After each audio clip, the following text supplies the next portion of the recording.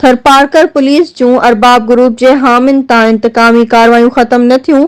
ॻोठ कड़कासर मामले में पेश पयल जवाबदारनि ते डीपलो पुलिस जो वहशियाणो तशद्दुद। पुलिस जे तशद्दुद में अहमद हालो खे नक, वात ऐं कननि मां रत जारी। रत जो तशद्दुद में बेहोश थियल अहमद हालो खे अरबाब अनवर डीपलो थाणे पहुची डीपलो अस्पताल पहुचायो, जिते डॉक्टरनि संदसि इंतहाई नाज़ुक तबियत हुअण करे रेफर करे छॾियो। हिन क़िस्म जो ज़ुल्म त ज़िया जे दौर में बि कोन थियो हो। ही किथे जो कानून आहे त तव्हां हिक FIR में दर्जन माण्हुनि जा नाला ॾेई केतिरनि खे नामालूम ॼाणाए ज़्यादती जे बाज़ार में गरम कई वई आहे। थरपारकर पुलिस ग़रीब माण्हुनि ते ज़ुल्म जा पहाड़ किराए छॾिया आहिनि। पुलिस जे ख़ौफ़ सबबि माण्हू वीचारा शहर अचण छॾे ॾिनो आहे।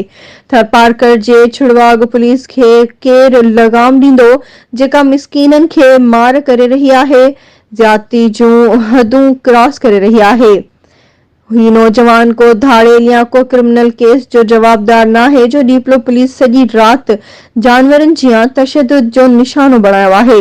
असां मुतालबो था कयूं हाई कोर्ट हैदराबाद खे हिन मामले ते फौरी नोटिस वठणु घुर्जे।